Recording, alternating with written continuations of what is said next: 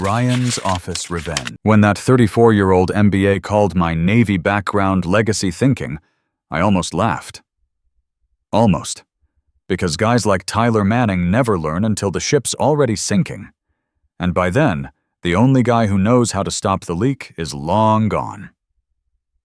I'm Jack Morrison, 57 years old, and I was sitting in that glass conference room watching Tyler drop buzzwords like digital transformation and AI-driven solutions with all the confidence of someone who'd never seen a real crisis.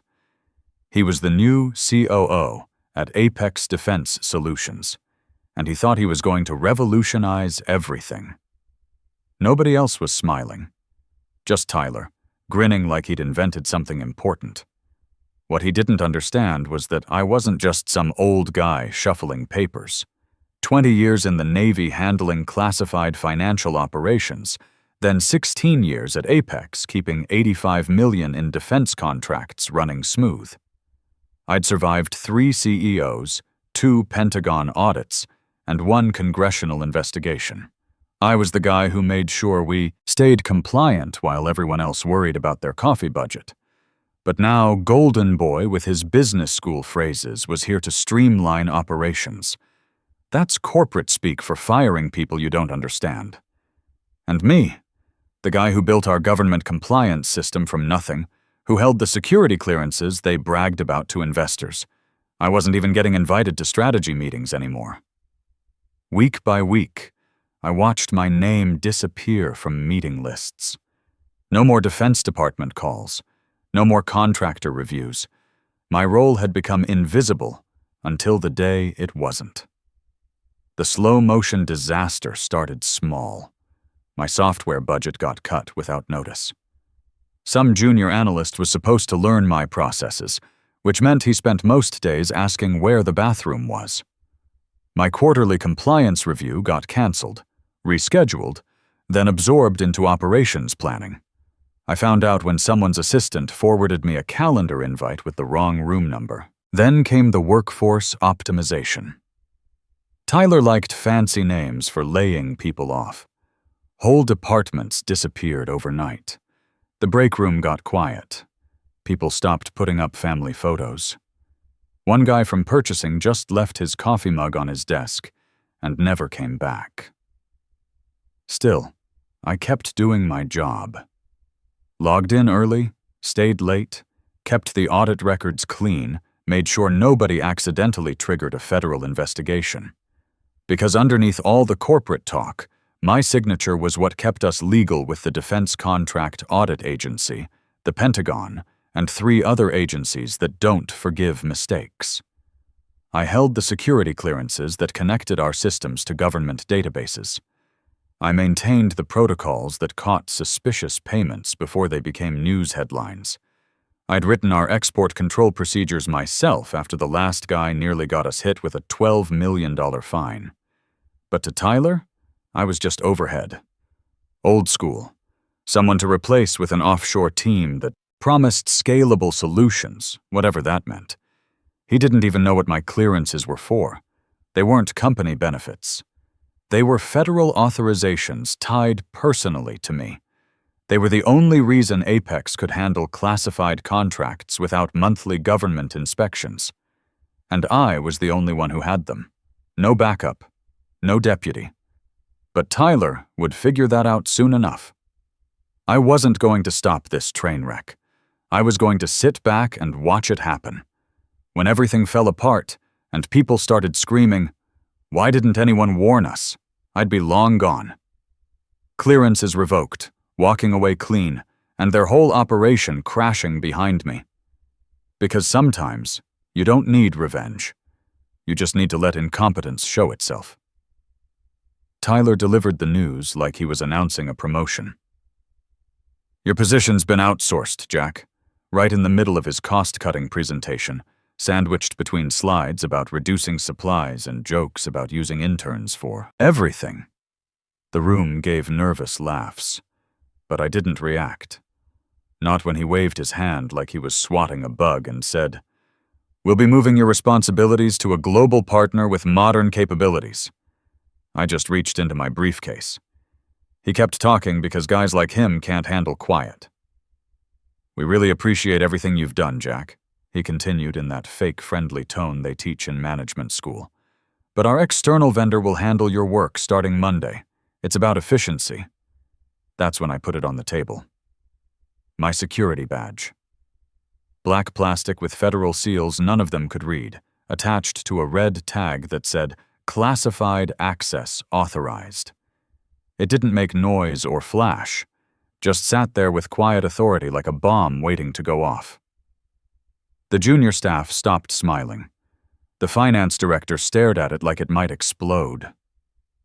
Tyler laughed. "That's cute.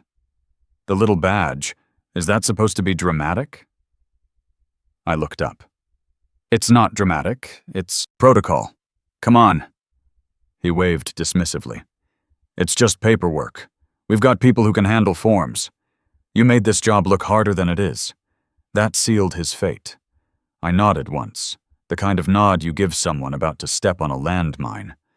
Then I turned to the sweating HR representative and handed her a thumb drive. "Final report," I said simply. "My clearance logs, pending certifications, flagged concerns, and 6 months of classified audit records. You'll want to upload that before my access expires. You've got 30 minutes. The room temperature seemed to drop. Even the legal director, who'd been half listening on speakerphone, came alive and asked, "Wait, what kind of access?" I didn't answer. Just stood up, straightened my jacket, and pushed my chair back under the table like I still cared about the place. Tyler grinned at me with that smug look winners get. "I'm sure we'll manage fine without all the red tape, Jack. This is probably good for you too. Time to enjoy retirement, play some golf."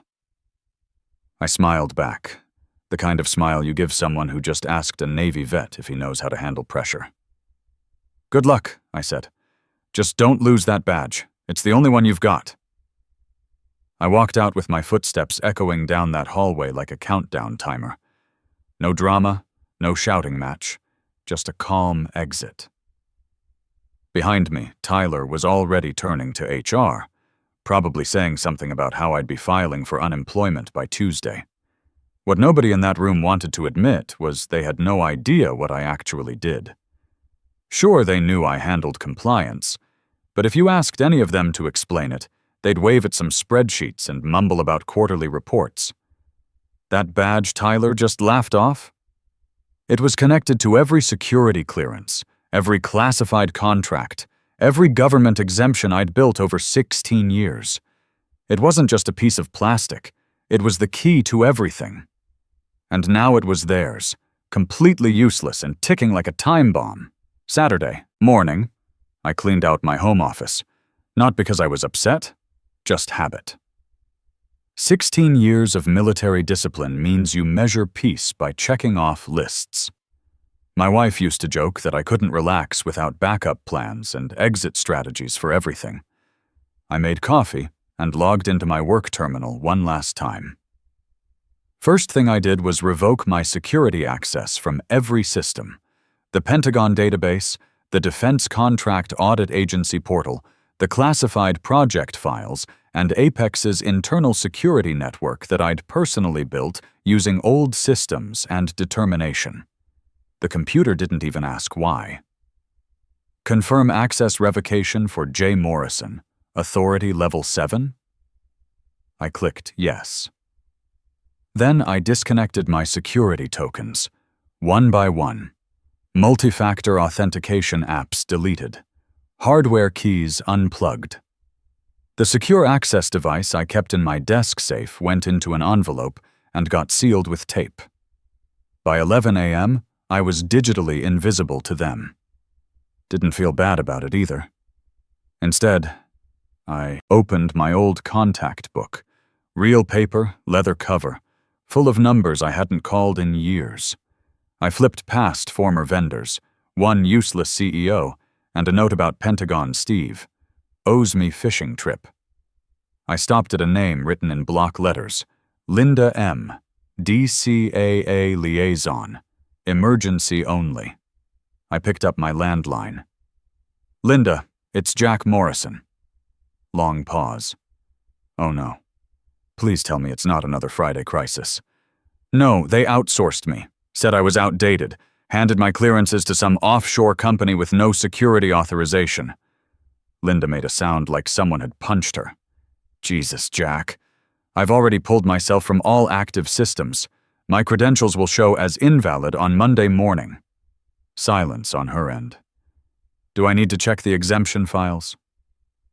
You should. She sighed. Frustrated, but not surprised. You always warned them they didn't understand what they had. They never read the details, I said, drinking coffee. Anyway, just wanted Defense Contract Audit Agency to know when things start falling apart. They won't survive this, Linda said quietly. Not if those exemptions are tied to your personal authorization. They are. 5 years ago, Apex had really screwed up a federal filing. Missed deadlines, submitted wrong contractor information, almost triggered a Pentagon audit that would have killed our defense contracts. Legal panicked. Finance gave up. The COO back then took medical leave from stress. And me? I stayed in the office for 3 days straight, called old contacts in Washington, dug through volumes of regulations, built a compliance solution with military precision and paranoid attention to detail. The result was a special exemption status with yearly renewal, but it came with conditions. It had to be maintained by a federally certified compliance officer with proven security background. Me. My name on the paperwork. My signature authorizing everything. Every year since, I'd quietly renewed it myself. I never told the executives how fragile it all was. Why would I? They treated me like a security system. Install it, ignore it, only notice when alarms go off. But now their security system had logged out for good. I made 2 more calls that day, one to my lawyer for a friendly update, one to a former Pentagon auditor who owed me a favor. Neither call was about revenge. Didn't threaten anybody or make demands. Just made sure they knew Jack Morrison no longer represented Apex Defense Solutions in any legal, regulatory, or security role. Any future attempts to use my signature, authorization, or clearance would be unauthorized. Not a threat, just a fact, delivered with military clarity. That evening, I poured bourbon and opened the windows. Let the cool air in. My phone buzzed with a LinkedIn notification. Tyler Manning posted, "How modern outsourcing saved us millions." I didn't click on it. Instead, I opened my email, typed 1 sentence, and sent it to 3 government agencies. Subject, security clearance, revocation notification. Body. Effective immediately, I no longer serve as authorized compliance officer for Apex Defense Solutions. Signature, Jack Morrison, CDR USN. Return. No explanations. No complaints. Hit send, closed the laptop, and watched leaves blow across my yard. The quiet wasn't empty. It was loaded with potential. Meanwhile, nobody at Apex was paying attention to what I'd actually done. They were probably celebrating getting rid of the old guy, who asked too many questions about procedures. Tyler was likely already planning his next optimization project, but Monday morning was coming, and with it, the first attempts to access systems that no longer recognized anyone at Apex as authorized to use them. The Pentagon databases that would reject their login attempts. The audit systems that would flag missing credentials. The contract portals that would display access denied, valid authorization required. They'd probably think it was just a computer glitch at first.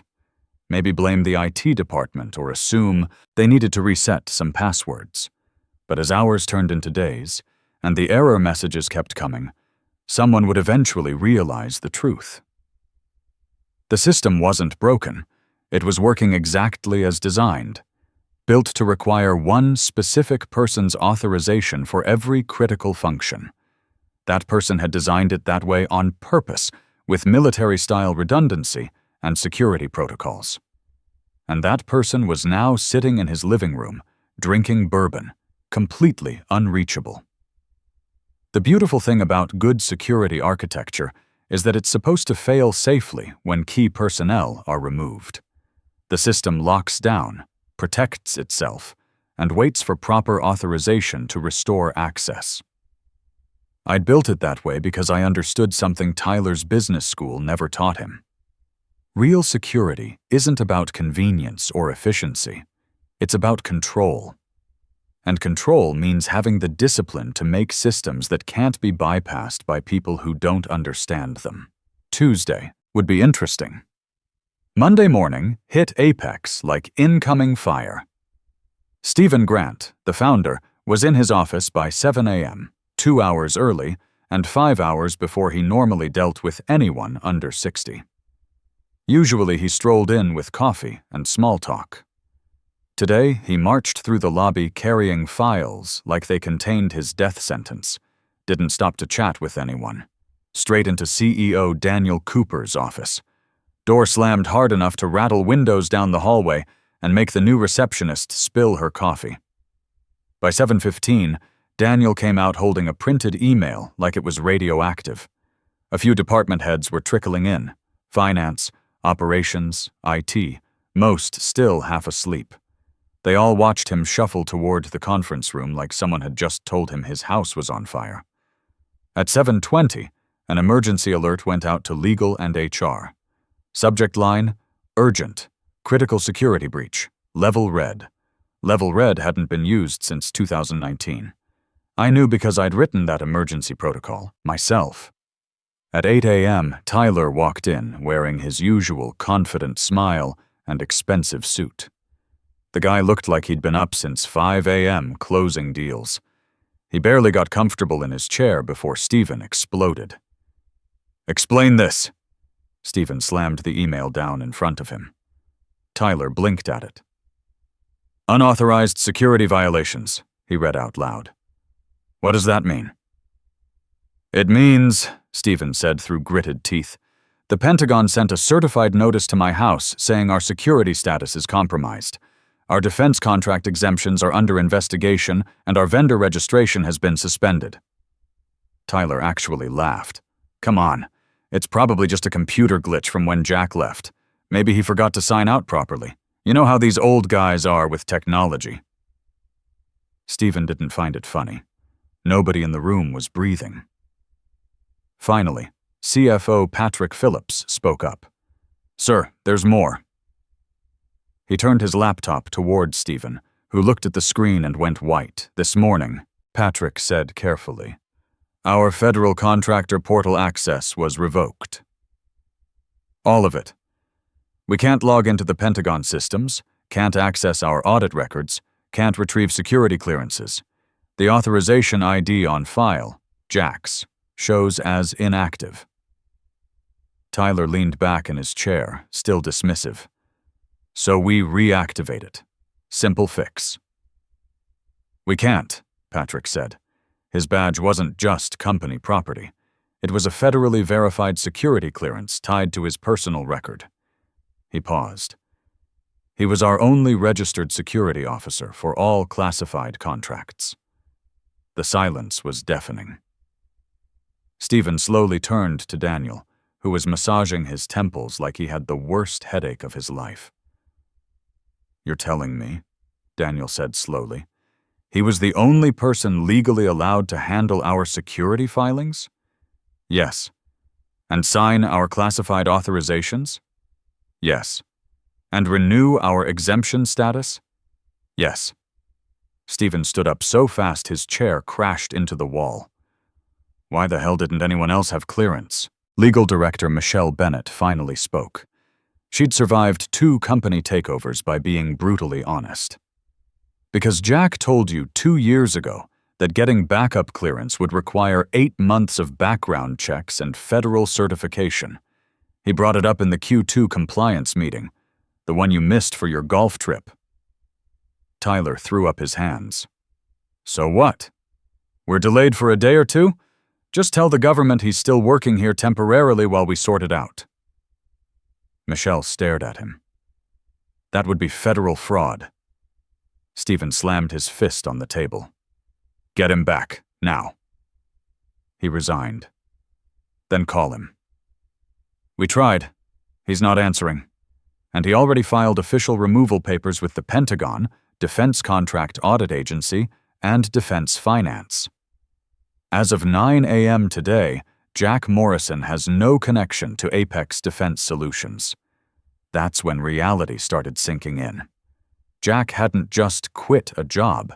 He'd walked away from a nuclear reactor and taken the only control rods with him. 9:30. They were calling my cell phone, my home phone, even my old desk extension, desperately hoping I'd forgotten to file some paperwork or that maybe I'd come back to help them out of professional courtesy. But I wasn't coming back. This wasn't my problem anymore. Tyler, still refusing to accept reality, said, "Look, we can just tell the agencies he's on temporary leave while we transition responsibilities." Michelle looked at him like he'd suggested robbing a bank. "The Pentagon doesn't recognize temporary leave for security clearances, Tyler." Stephen stared at my old badge, still sitting in a plastic bag on the conference table where I'd left it. For the first time since he'd started Apex in his garage 15 years ago, he looked genuinely scared. Not angry or frustrated, scared. Because he was finally understanding that they hadn't just lost an employee. They'd lost the one person who kept their entire operation legal. By 10 a.m., the executive team was on their third emergency conference, call of the morning, and the phrase security clearance had been mentioned more times than in the previous 3 years combined. HR was in full panic mode.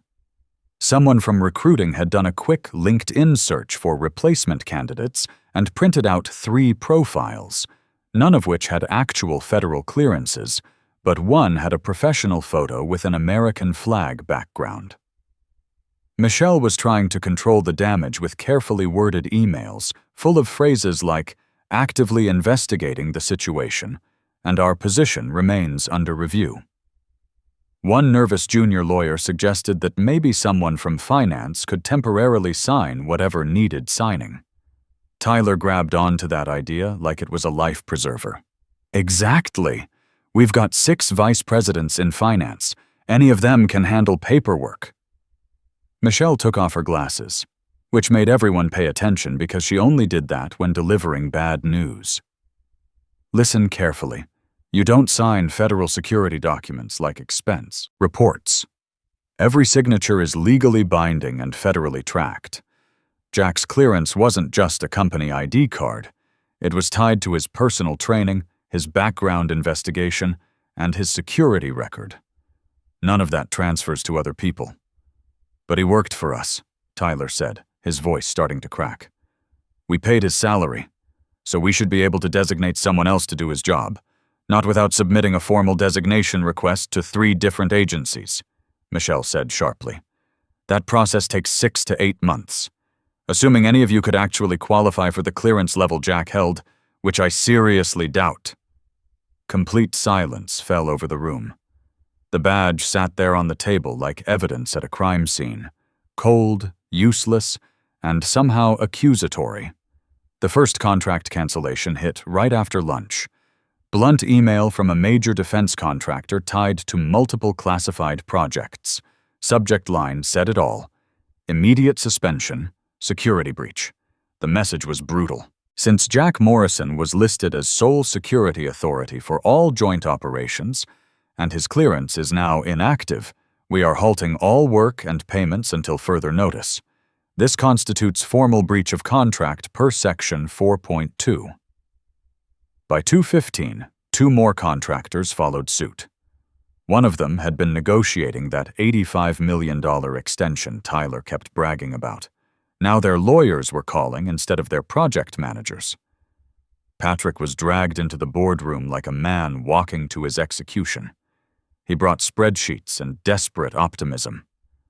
"Okay, yes, Jack's departure created some gaps, but we have backup systems for continuity." "Show me," Stephen snapped. Patrick opened his laptop and tried logging into the security portal. Screen froze. Error message popped up. Access denied. Valid clearance required. J. Morrison. He tried again. Same result. Tried the classified contract database. Another rejection. The encrypted vendor files. Nothing worked. From the corner of the room, Anthony Torres spoke up. Quiet security guy most people forgot was even there. Jack's badge wasn't just for building access. It carried digital certificate authority. He was the root administrator for our security logs, contract approval chains, and classified file encryption. Nothing moves in our system without his electronic signature. Stephen turned slowly, like a man watching the ground open under his feet. You're saying he locked us out? No, Anthony said carefully. He didn't lock you out. He just left. The system was built to require his personal authorization. You all approved that design years ago because Jack said it was the only way to guarantee security. He never said he was the only one with access. Actually, he did, Anthony replied. Multiple times. It's all documented in the security architecture files. Patrick, still clicking frantically, pulled up their internal authorization directory. Jack's name showed as grayed out. Everyone else listed as pending approval. A red banner flashed across the top. No active security officer on file. Just then, Patrick's phone rang. He answered and put it on speaker. Defense contractor calling about a routine approval. Yeah, we're trying to finalize the March contract extension, but your approval system keeps rejecting our submission. Says we need Jack Morrison's signature or escalation from a registered officer. Any way around that? Patrick looked around the room. At the error messages, at Stephen's pale face, at Tyler, who was finally starting to understand. Jack no longer works here, Patrick said quietly. Okay, so who handles approvals now? Silence filled the room like poison gas. The call ended with the contractor saying they'd have their legal team reach out for guidance. By 4 p.m., procurement reported 5 major deals stalled. Contracts team confirmed that DocuSign was rejecting 3 classified agreements because they all routed through Jack's federal authorization key. At 4:30, the Department of Defense sent an official warning about Project Delta Echo. Per compliance requirements, removal of designated security officer without immediate replacement constitutes contract breach. Your authorization status has been flagged. We are suspending all classified access effective immediately.